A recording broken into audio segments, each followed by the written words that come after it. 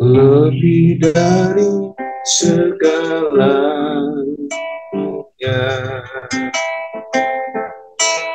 Ku berharap padamu,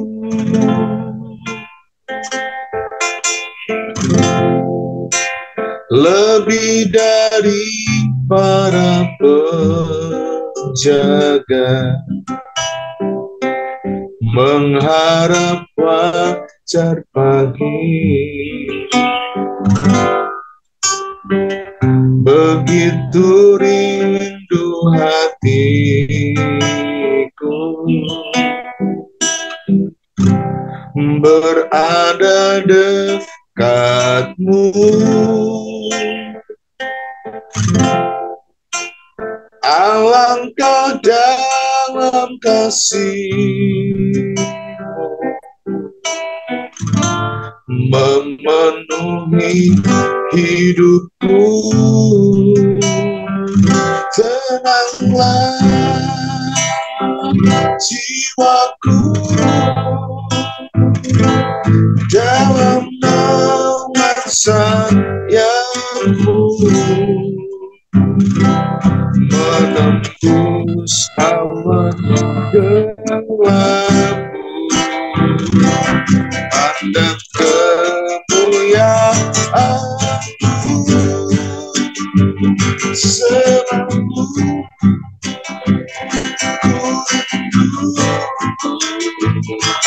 dekat dengan hatiku, mengikuti rencana-Mu. Yesus Tuhan Rajaku, kami datang kepada tempat ini lebih dari segalanya. Ku berharap padamu,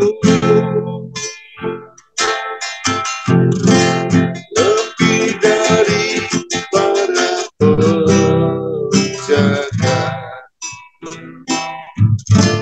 mengharap fajar pagi.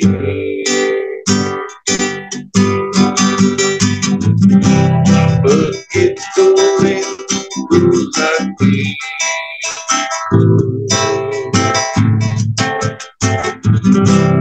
berada dekatmu.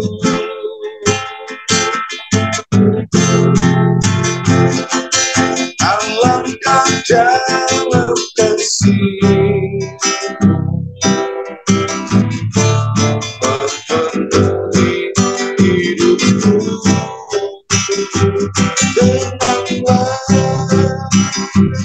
jiwaku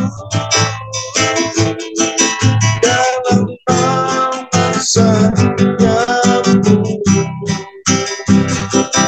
menembus awan gelapmu. Pandang kemuliaan-Mu selalu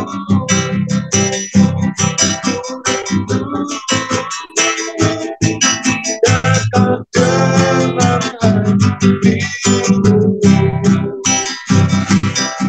mengikuti rencana-Mu. Yesus Tuhan Rajaku,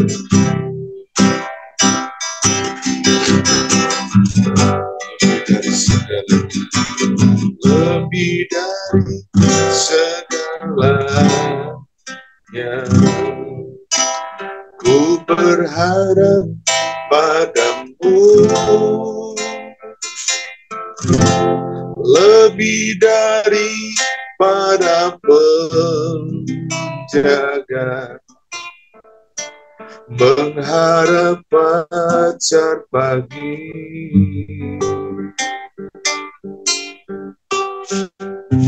Begitu rindu hatiku berada dekatmu.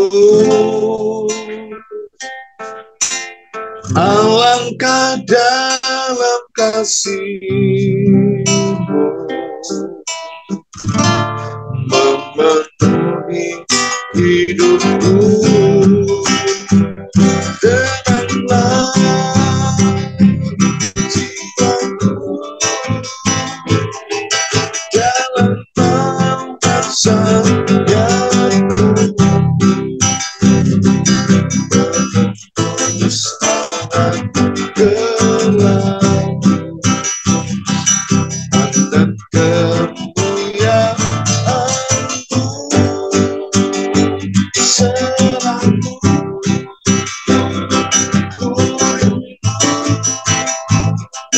dekat dengan hati-Mu.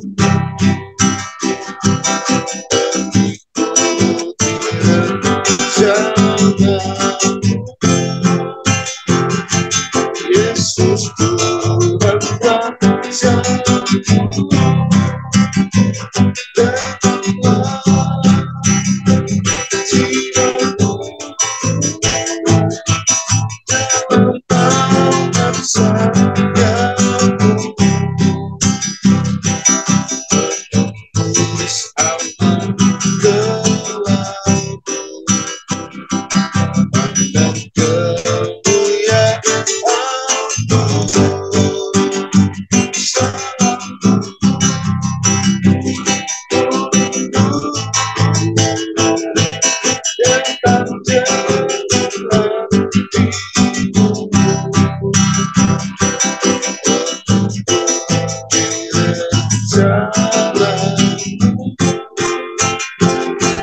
Yesus Tuhan Raja,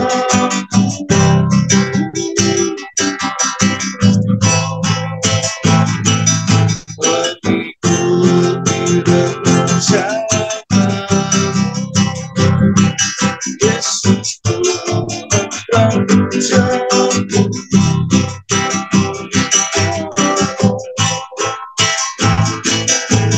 mengikuti rencana-Mu. Yesus Tuhan Raja-Ku.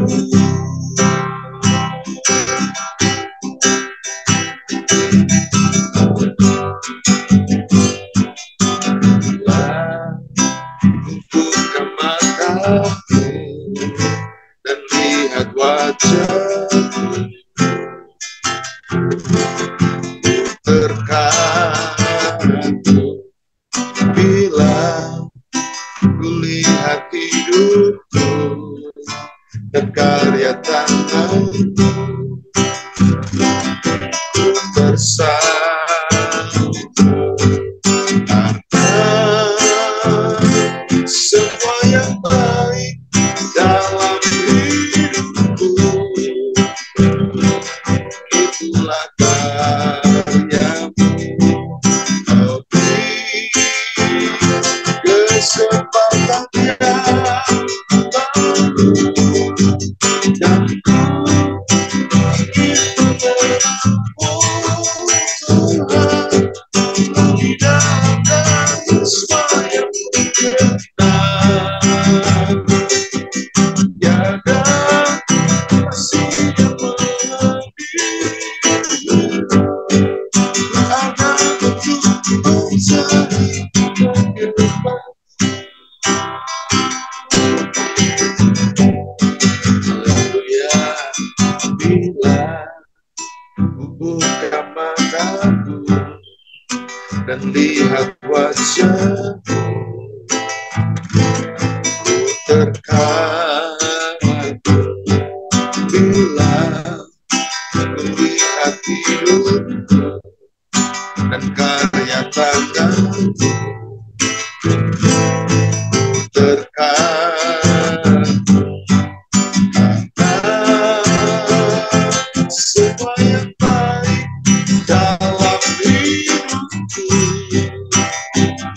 itulah karya-Mu.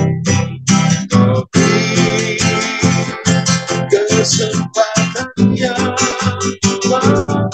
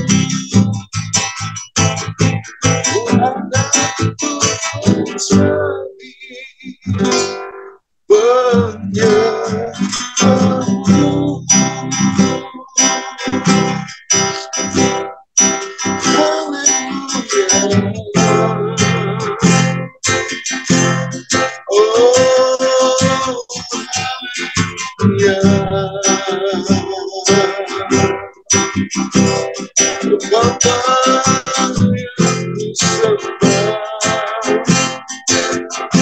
Bapa yang kupuji, Bapa yang ajaib.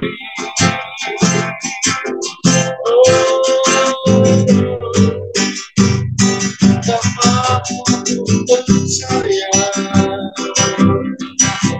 oh haleluya.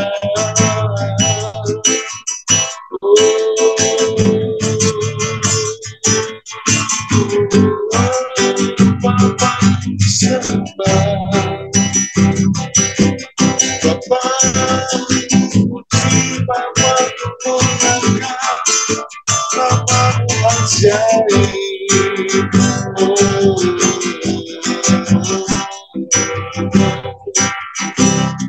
La la la la la la la.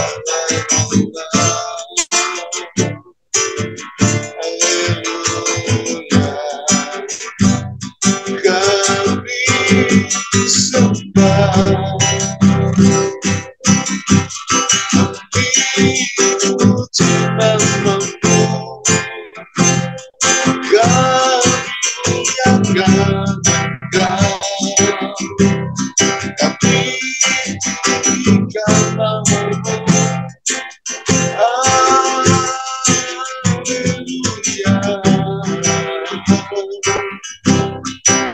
Haleluya.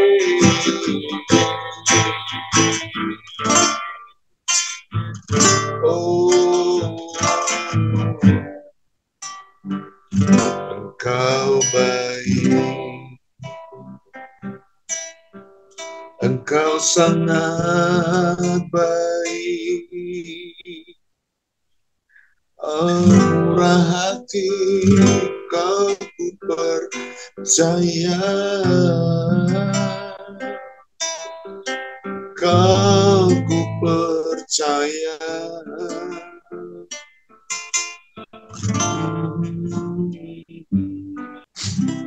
Bapa di surga,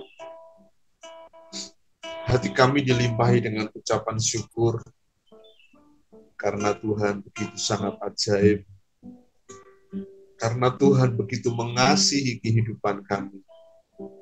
Kalau kami sampai ada dalam kehidupan kami sampai dengan hari ini, kami boleh mendapati diri kami dalam keadaan baik, tidak kurang satu apapun. Itu adalah bagian yang Tuhan terus kerjakan dalam kehidupan kami. Karenanya kami mengucap syukur Tuhan. Karenanya kami meminta kepada Tuhan, supaya kasih setia Tuhan, kemurahan Tuhan, itu terus dinyatakan dalam kehidupan kami. Terima kasih Bapak. Terima kasih. Berkat Tuhan melimpah atas kehidupan kami semua. Berkat Tuhan nyata atas kehidupan kami semua. Dialah firman-Mu yang kami akan dengar. Engkau mengurapi kami dengan pengurapan yang baru. Bila firman memberikan kekuatan bagi hidup iman percaya kami. Kami berdoa mengucap syukur. Dalam nama Tuhan kami berdoa. Haleluya. Amin. Amin. Amin. Ya, puji nama Tuhan. Selamat pagi semua Bapak Ibu Saudara yang saya kasihi di dalam Tuhan Yesus Kristus. Mari kita akan kembali belajar firman Tuhan pada pagi ini. Kita akan lanjutkan untuk pembelajaran kita dari kitab 1 Samuel pasal yang ke-24. Pada pertemuan kemarin, kita membahas tentang ini ya, membahas tentang NKD dan ada 2 poin yang saya sampaikan kemarin.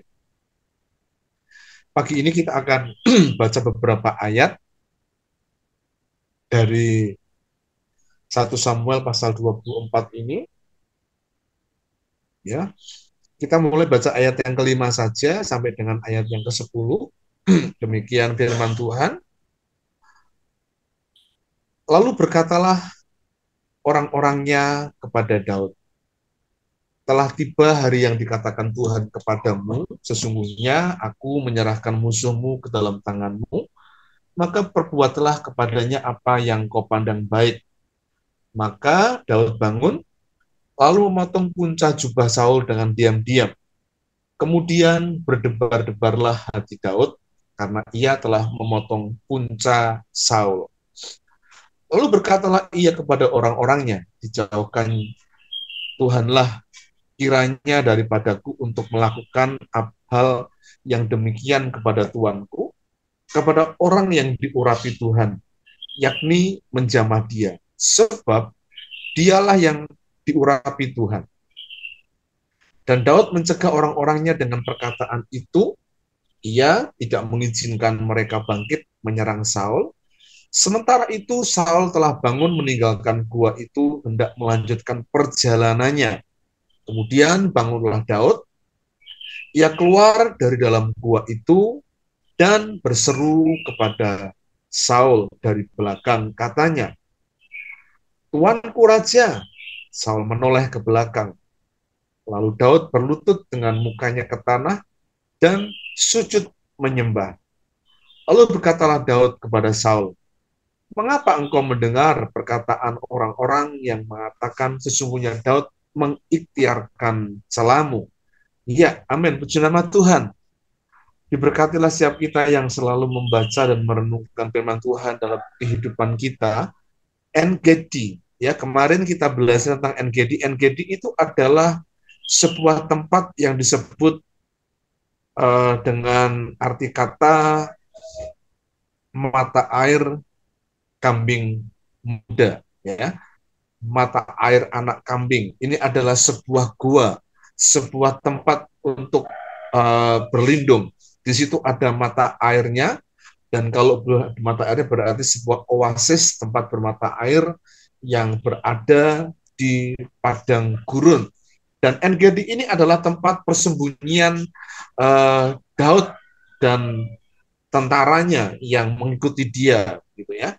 Dan kemarin kita belajar yang pertama, ketika Tuhan memberkati kita, ketika kita berkuasa, mari kita belajar untuk tetap rendah hati dari ayat yang kelima. Dan kemarin kita juga belajar tentang ini untuk menghormati orang yang diurapi Tuhan, ya. Dan dari hal ini kita belajar untuk tidak membalas kalau ada orang yang diurapi Tuhan itu berbuat dosa, berbuat salah, bahkan salahnya itu fatal begitu. Tapi ternyata Tuhan berharap untuk kita tidak membalas atau menjamah orang yang diurapi Tuhan, tapi biarlah itu haknya Tuhan yang memberikan penghakiman. Ya, kita kemarin belajar hal itu. Nah, sekarang mari kita akan belajar yang berikutnya, ya, yang ketiga begitu ya. Mari kita belajar bahwa ternyata di En-Gedi, tempat di mana perjalanan Daud itu dikejar oleh Saul dan dia berhenti di gua En-Gedi, di tempat mata air kambing muda, anak kambing begitu ya. Hidup dalam damai sejahtera merupakan tujuan hidup setiap orang beriman, ya. Jadi poinnya buat kita dalam pelajaran tentang En-Gedi adalah hidup dalam damai sejahtera, ya, merupakan tujuan hidup dari orang yang beriman, orang percaya. Kalau kita membaca di ayat yang ke-8 dan yang ke-9, kita akan mengetahui, dan Daud mencegah orang-orangnya dengan perkataan itu. Ia tidak mengizinkan mereka bangkit menyerang Saul. Sementara itu Saul telah bangun meninggalkan gua itu, hendak melanjutkan perjalanannya. Kemudian bangunlah Daud, ia keluar dari dalam gua itu dan berseru kepada Saul dari belakang, katanya, "Tuanku Raja." Saul menoleh ke belakang, lalu Daud berlutut dengan mukanya ke tanah dan sujud menyembah. Bapak Ibu Saudara yang dikasih oleh Tuhan, ya, kalau kita bicara tentang damai sejahtera, berarti ini adalah hubungan yang baik yang memang perlu kita ciptakan.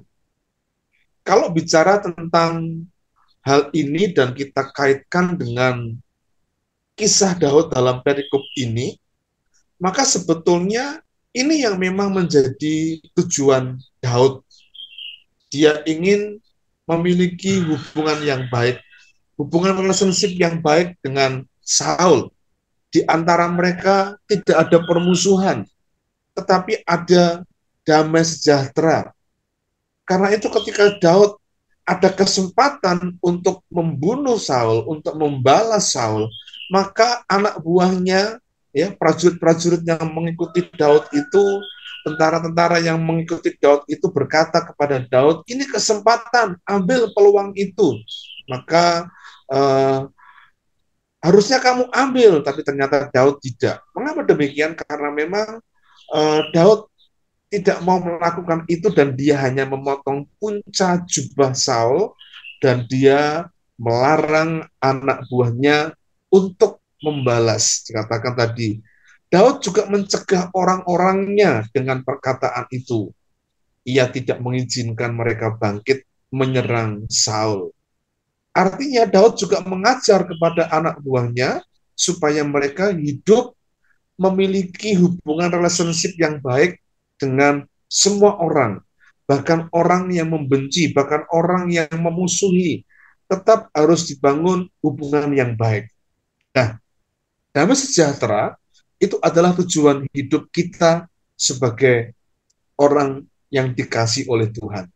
Mazmur 37 ayat 37 mengatakan, perhatikanlah orang yang tulus dan lihatlah kepada orang yang jujur, sebab pada orang yang suka damai akan ada masa depan.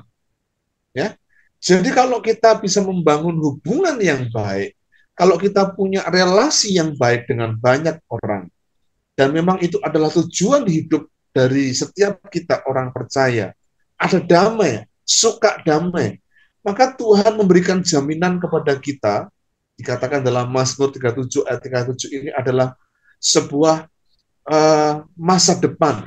Masa depan itu artinya ada pemeliharaan Tuhan, ada pertolongan Tuhan, ada campur tangan Tuhan di dalam setiap langkah kehidupan kita menghadapi pergumulan-pergumulan dalam kehidupan ini. Jadi mari kita belajar untuk mengusahakan, menciptakan damai sejahtera. Tidak ada permusuhan di antara kita, di antara banyak orang, di antara teman-teman kita, saudara seiman, atau bahkan di antara keluarga, di masyarakat, dimanapun berada, mari kita wujudkan, ya, untuk damai itu, relasi itu tetap terjaga dengan baik. Nah, hal ini tidak mudah, Bapak Ibu Saudara yang dikasih oleh Tuhan. Mengapa demikian? Karena tidak banyak orang yang memahami akan hal itu. Kalau Mazmur ini ditegaskan sebab pada orang yang suka damai. Artinya juga kalau hal ini ada orang yang suka damai, ada enggak orang-orang yang tidak suka damai? Ada. Nah, contohnya seperti Saul ini, ya. Sebetulnya dia adalah seorang pemimpin, seorang raja. Memang apa namanya, tugas Saul, tugas seorang raja ini adalah mengedepankan dari loyalitas bangsanya begitu. Tapi dalam hal ini dia ketika memusuhi Daud, ya, membenci Daud, sebetulnya ini adalah sebuah hal yang tidak layak untuk dia lakukan sebagai seorang raja. Harusnya dia mengusahakan, dia menciptakan damai itu, ya.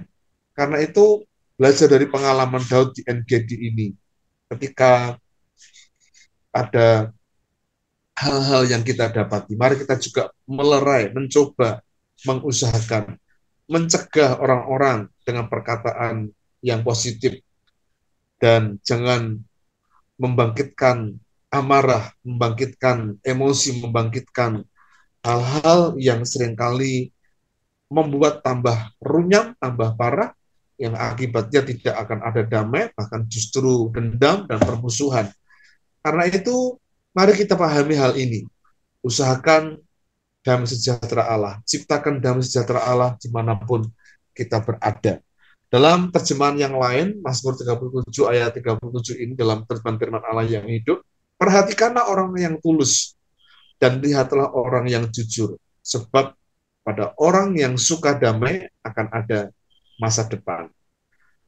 Jadi Bapak Ibu Saudara yang dikasih oleh Tuhan, mari kita belajar dari ayat ini, ya. Matius pasal 5 ayat 23 dan ayat 24. Sebab itu jikalau engkau mempersembahkan persembahanmu di atas mezbah dan engkau teringat akan sesuatu yang ada dalam hati saudaramu terhadap engkau, tinggalkanlah persembahanmu di depan mezbah itu dan pergilah berdamai dahulu dengan saudaramu lalu kembali untuk mempersembahkan persembahanmu itu. Jadi jika ada sesuatu yang pernah kita buat dan itu merupakan hal yang tidak dikehendaki oleh Allah karena sempat ada permusuhan, sempat ada konflik, kita selesaikan dulu.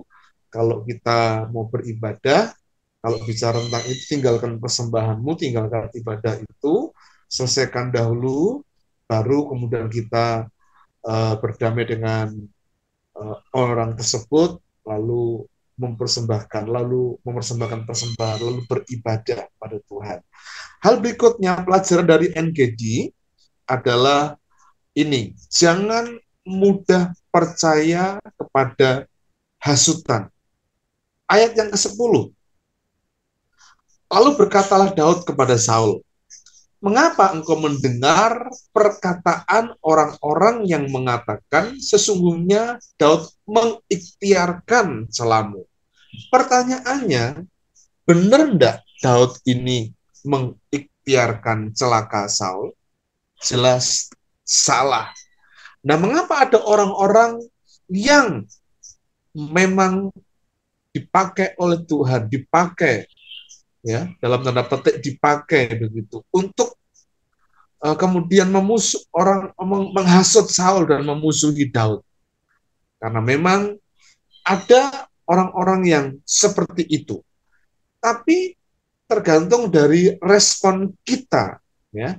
Kalau Saul ini kemudian responnya adalah mencoba mengikuti apa yang menjadi perkataan orang-orang yang mengatakan bahwa Daud itu mengikhtiarkan celamu, ya.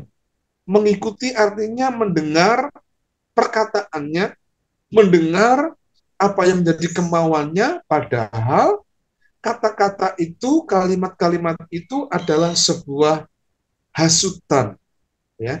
Hasutan atau boleh dikatakan sebuah fitnah begitu. Nah, ini cukup berbahaya, ini cukup membahayakan. Karena kalau kita tidak bicara tentang fakta dan kita mengatakan sesuatu, itu adalah sebuah fitnah dan hasutan. Dan hasutan itu adalah mencoba mempengaruhi dengan perspektif kita, ya, dengan mindset kita yang memang kadangkala kita sampaikan kepada mereka yang memang sedang kita coba pengaruhi begitu. Nah, ini menjadi sebuah persoalan karena tidak banyak dari orang-orang yang memang mengetahui akan hal itu. Kadangkala ada orang-orang yang kita tidak bisa baca, kita tidak tahu bahwa setelah mempengaruhi kita dengan kata-katanya dan kita mendengar, kemudian kita masukkan dalam hati dan akibatnya terpengaruh oleh hal itu. Karena itu pelajaran NGD pada pagi ini memberikan pelajaran untuk kita tidak mudah percaya kepada sebuah perkataan hasutan, perkataan yang mempengaruhi kita.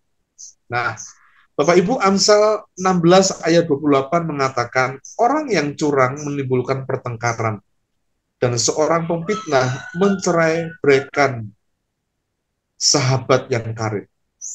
Hubungan yang baik, sahabat yang karib, itu akan rusak oleh karena ada orang-orang yang menghasut, memfitnah, mencoba mempengaruhi.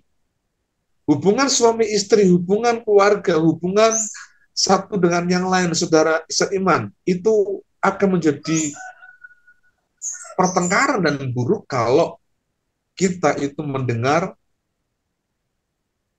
nasihat, mendengar pengaruh dari orang-orang yang sebetulnya itu tidak ada fakta dan bukti yang nyata. Dan itu akan merusak hubungan, merusak persahabatan yang karib, merusak hubungan. Ya. Amsal 26 ayat 20 mengatakan, bila kayu habis, padamlah api. Bila pemfitnah tak ada, redalah pertengkaran. Dengan kata lain, kalau tidak ada orang yang mempengaruhi, kalau tidak ada orang yang menghasut, kalau tidak ada orang yang memfitnah, maka tidak akan pernah ada pertengkaran. Daud dan Saul tidak mendengar hasutan dari anak buahnya, tidak pernah ada permusuhan antara Saul dan Daud. Bersyukur dalam perikop ini, Daud tidak melakukan pembalasan, Daud tidak membalas, karena memang dia adalah orang yang cinta damai dan dia menciptakan damai sejahtera itu. Sehingga dalam hal ini pun dia tetap ada dalam koridor real yang benar karena dia tahu bahwa ada rencana besar yang ingin Tuhan kerjakan dalam kehidupannya. Bapak Ibu Saudara yang dikasih oleh Tuhan, mari kita belajar ya untuk tidak mendengar orang-orang yang kadangkala mencoba mempengaruhi kita dengan pikiran mereka, padahal apa yang dikatakan kepada kita ini adalah bukan sebuah kebenaran, bukan sebuah fakta, tapi mencoba untuk memasukkan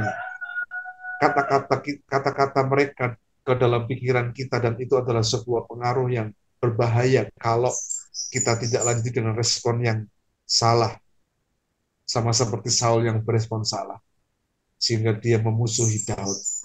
Karena itu di tengah-tengah pergumulan yang kita sedang hadapi dalam kehidupan kita, kita belajar untuk peka terhadap segala sesuatu, belajar untuk memahami terhadap segala sesuatu, sehingga kita tetap terjaga hubungan kita dengan baik satu dengan yang lain. Keluarga, saudara bersaudara dalam keluarga, kemudian persahabatan yang kita bangun dengan komunitas kita di mana kita ada. Mari kita belajar untuk mengusahakan hal itu. Dan biarlah pelajaran NGD memberikan pemahaman kita dengan baik. Mari kita belajar terus dalam perjalanan kehidupan iman kita, sehingga melewati waktu dan kesempatan kita boleh ada dalam kasih dan kuasa Tuhan dinyatakan dalam kehidupan kita. Amin. Kami mengucap syukur Tuhan pada pagi ini karena Tuhan sangat baik, teramat baik dalam kehidupan kami. Kami terus bawa dalam doa untuk pergumulan-pergumulan yang kami sedang bawa. Biarlah kasih Tuhan itu menaungi kami dan menolong kami, memampukan kami untuk kami terus berjalan pada rencana Allah yang Tuhan kerjakan dalam kehidupan kami. Berkati untuk persiapan ibadah akhir pekan pada hari Minggu besok yang kami dalam hari-hari ini akan untuk latihan. Berkati tim Propetik, berkati mereka semuanya supaya mereka dapat menyiapkan diri dengan baik dan Engkau bekerja dengan kuasa Tuhan, menolong, memberkati kami. Terima kasih Bapak, Engkau sangat baik, Engkau teramat baik dalam kehidupan kami. Kami berserah penuh kepada Tuhan yang empunya kehidupan kami. Terima kasih Bapak, terima kasih. Terpujilah Engkau Tuhan yang sempurna, Allah yang mengasihi kami, Allah yang kasih-Nya, kuasa-Nya tidak pernah berubah, tapi selalu menopang dengan kasih setia dan rahmat Tuhan itu selalu baru dalam kehidupan kami. Mari kita angkat kedua belah tangan kita dan terimalah berkat Tuhan. Tuhan memberkati engkau dan melindungi engkau. Tuhan menghadapkan wajah-Nya yang kudus kepadamu dan seraya memberikan berkat sukacita, berkat damai sejahtera dilimpahkan dalam kehidupan kita semuanya.